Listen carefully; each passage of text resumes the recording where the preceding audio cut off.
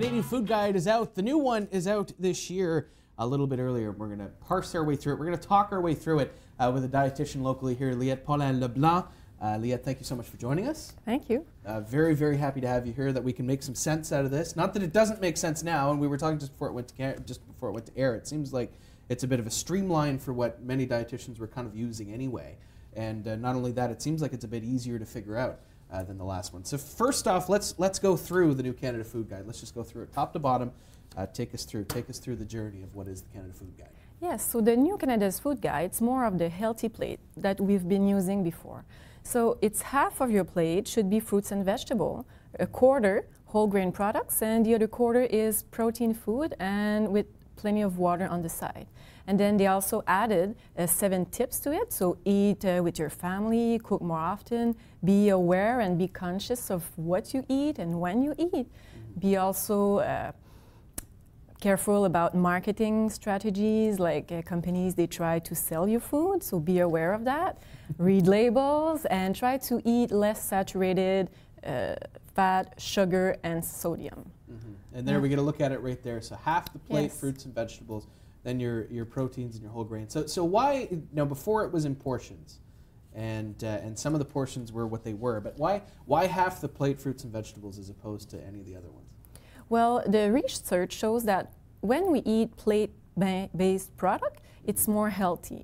It's more healthy, and it's also better for the environment. But really, for our health, it's a lot better for our weight, and it prevents cardiovascular disease, diabetes. So it's really research-based that it will prevent chronic diseases.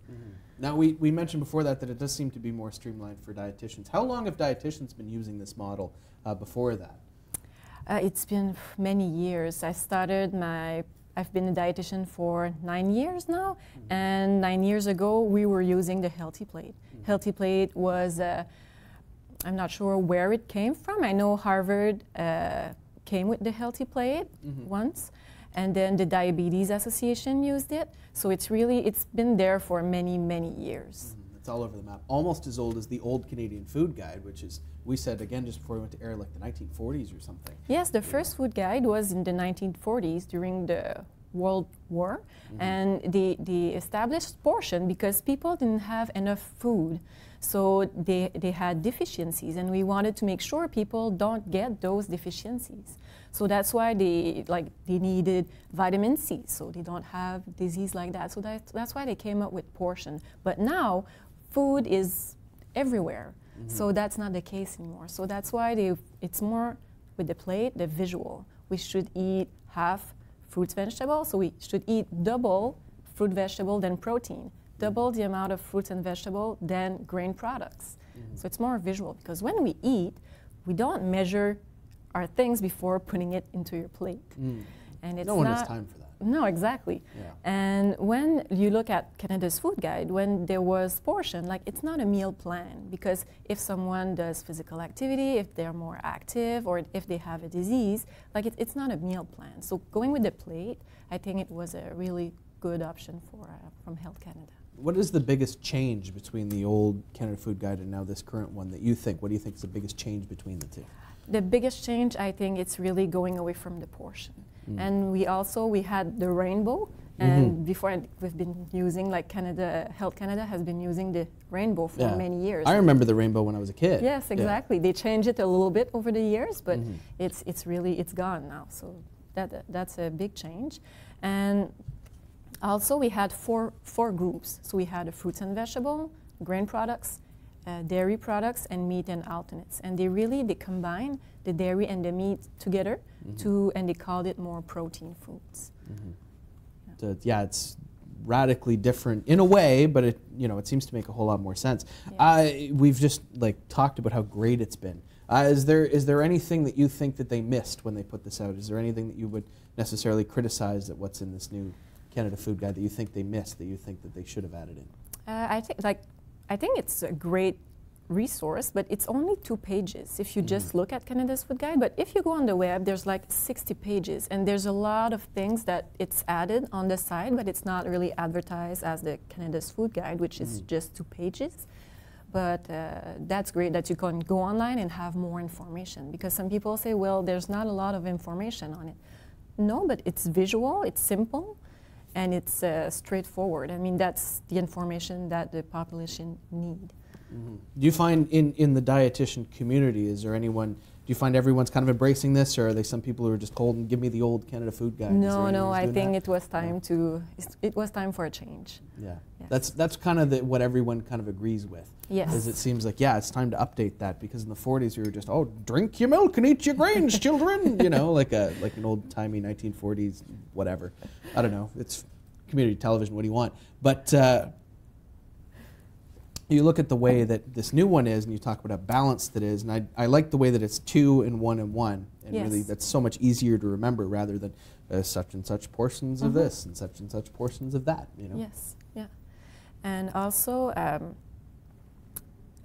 you see that it's really research-based. They also, when we talk about protein food, they say eat more plant-based protein food. Mm-hmm. So go more often with legumes, which in Canada we don't necessarily eat often. So green bean, not green beans, sorry, but black beans, kidney beans, chickpeas, tofu. Those are not food that we're used to eat, but we should eat them more often because they're high in protein, they're high in fiber, and they're not expensive. Because one of the critics that I've heard from the population is that they say, well, they increase fruits and vegetables, which is really expensive. They can be, but there's always some ways. Like if you buy fruits and vegetables that are frozen, they often go on sale. If you choose fruits that are grown here, like apples, for sure apples are less expensive than if you buy honeydew or cantaloupe. Apples are less expensive. Mm-hmm. But meat is also expensive. Mm-hmm. It's really expensive. And we're talking about in the last few years that prices of meat is constantly increasing. Mm-hmm. But legumes, they're not expensive. They're really cheap and they're affordable for everybody. Mm-hmm. You just have to know how to cook it.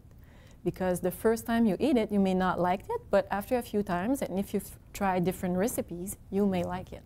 First time I ate tofu, I didn't like it. I had to throw the whole recipe in the garbage. It was awful, but now I really like it. My kids love it. My husband eats it, and I serve tofu to people, and they think it's chicken, but it's not. It's tofu. You just have to know how to cook with it. Mm-hmm.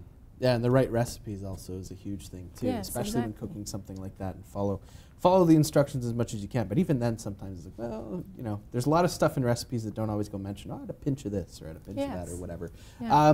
Are there any other tips and tricks for someone who's watching this right now and going, I don't necessarily get some of the parts of this? Are there any tips or any tricks? I know you've said a couple already, but is there something else, other things that you would recommend to our viewers out there? Well, we're all busy. People say, well, I don't have time. But one tips that I can say is prepare, like every week, make a shopping list. Mm-hmm. Prepare a list of the meals that you will have or you will eat during the week, so you have the foods on hand. You don't want to run to the grocery store every day. Who has time for that, right? So make a list, and having the food in your house readily available to cook and eat will make it a lot easier. But you just have to sit down, take half an hour, make your shopping list to go at the grocery store, and you will tend to eat more fruits, more vegetables. Because if we don't buy them, we won't eat them. Okay? It's not the food that if you go at the gas station that like they don't sell celery sticks, or no, they have chips and all of that processed stuff. Okay, so if you have the foods on hand, you will tend to eat it more often. And also, when I talked about the lentils and chickpeas, but lentils, they're not expensive, and every time you cook with ground beef, you can make half ground beef, half lentil. You increase your protein, you increase your fiber, and you cut the price of your meal. That is one thing that has been dramatically cut, is red meat and milk out of this, and that has some farmers in particular not very happy about it. But I think that seems to be just about the only criticism that's really been lobbied at it, is that red meat and milk are more or less off the table, figuratively. Yes, they're less present in Canada's food guide, but they're still there. Like we've heard, like, milk is going away. No, it's not going away. It's still in Canada's food guide. It's just in the protein. It's with the protein food, so it's with the quarter of the plate. No, exactly. And chocolate milk is still back in schools. So. Yeah, that's another topic. That's another topic, and probably for another day. But where can they reach you if they want to get in contact with you? Well, you can contact me on Facebook under Liette Nutrition, and my website will be out probably next week. So if you follow me on Facebook, I do a conference on lunchbox for kids, for healthy eating. I specialize in family nutrition and children. Yeah. So be sure to check it out and watch the videos. They're very educational. Liette, thank you so much for joining us. Thank you. Thank you so much.